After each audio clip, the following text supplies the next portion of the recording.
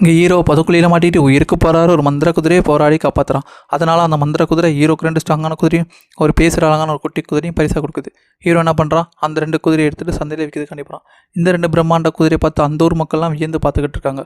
இதெல்லாம் அந்த ஊர்லன்னு பார்த்தா அந்த நாட்டு ராஜா அந்த 2 குதிரையும் ஹீரோட்டு வந்து ஆட்டையை போட்டுன்னு சொல்லிட்டு அவனுக்கு சந்திக்கலாம். சந்தைக்கு வந்து என்ன பண்ணுறான், அந்த 2 குதிரை எனக்கு தான், அதை ஒழுங்காக கொடுத்துன்னு சொல்லிட்டு ஹீரோ மாட்டி அந்த 2 குதிரை வாங்கிறான். இதெல்லாம் பார்த்துட்டு இருந்தா அந்த குட்டி குதிரை அடி என்னடா உன்னை ஏமாற்றி அந்த 2 குதிரையும் வாங்கிட்டு போகிறான், இப்போ பாருன்னு சொல்லிட்டு அந்த குட்டி குதிரை விசிலடிக்குது.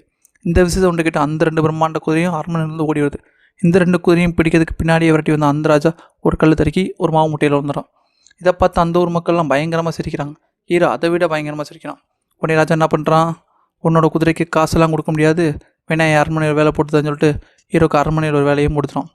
ஹீரோவும் ஃபஸ்ட்டே அரண்மனையில் வேலை பார்த்துக்கிட்டு இருக்கான். இதெல்லாம் தூரத்துலன்னு பார்த்தா அந்த ராஜா ஹீரோவை பிடிச்சி போட்டுன்னு சொல்லிட்டு ஒரு கஷ்டமான டாஸ்க்காக கொடுக்குறான். அது என்னன்னா, இந்த உலகத்தில் யாருமே பார்த்துருக்காத நெருப்பு பறவை பிடிச்சிட்டு வரணும், இல்லை நான் அவனோட தலை பேருன்னு சொல்லிட்டு ஹீரோக்கு டாஸ்க் எல்லாம் தெரிஞ்ச ஹீரோ என்ன பண்ணுறான், அந்த நெருப்பு பறவை பிடிக்கிறதுக்கு தேவையான பொருட்கள்லாம் எடுத்துகிட்டு குட்டி குதிரையும் கூட்டு அங்கேருந்து கிளம்புறான். குட்டி குதிரை என்ன பண்ணுது, ஹீரோ முதலுக்கு வச்சு வேகமாக பல மலைகளை கடந்து பல காடுகளை கடந்து கடைசியாக அந்த நெருப்பு பறவை கடத்தை எங்கே பிடிச்சிடுறாங்க. ஹீரோ போகிறவள்ள எடுத்துகிட்டு போன மந்திர பழங்காட்டில் போகிறான். இந்த பழங்களோட வாசனை இருந்த அந்த நெருப்பு பறவை வெளியே வருது. இதை பார்த்து ஹீரோவும் குட்டி குதிரையும் பிரமிச்சு பார்த்துக்கிட்டு இருக்காங்க. இந்த கேப்பில் அந்த நெருப்பு பறவை ஹீரோ கொண்டு வந்த பழங்கள்லாம் சாப்பிட்டு அங்கேயே மயங்கி விழுந்துருது. உடனே ஹீரோ என்ன பண்ணுறான், அதை கட்டி வச்சிடறான். மயக்க தெரிஞ்சு எழுந்துச்ச நெருப்பு பறவை அது கட்டி போட்டுருக்க நினச்சி ரொம்ப அழுகுது. அது கண்ணீர் கூட நெருப்பாக தான் இருக்குது.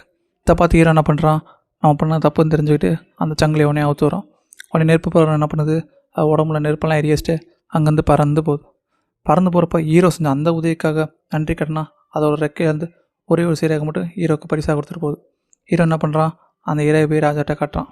இதை பார்த்து ராஜா என்ன சொல்கிறான், நான் உன்ட்ட நெருப்பு பறவை கேட்டேன், நீ என்னடா ஒரு காஞ்சி ரெக்கை எடுத்து வந்துன்னு சொல்லிட்டு ஹீரோ பார்த்து கிண்டல் அடிச்சுட்டு ஹீரோக்கு அந்த மரண தண்டனை நிறைவேற்ற சொல்லிட்டு அங்கேருந்து போகிறான். ஹீரோக்கு மரண தண்டனை நிறைவேற்ற போகிறாங்க. போகிறப்ப திடீர்னு ஒரு வெளிச்சம் மாதிரி வருது.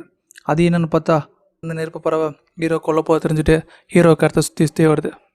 இதை பார்த்து ஹீரோவும் ஊர் மக்களும் ரொம்ப சந்தோஷம் ஆகுறாங்க.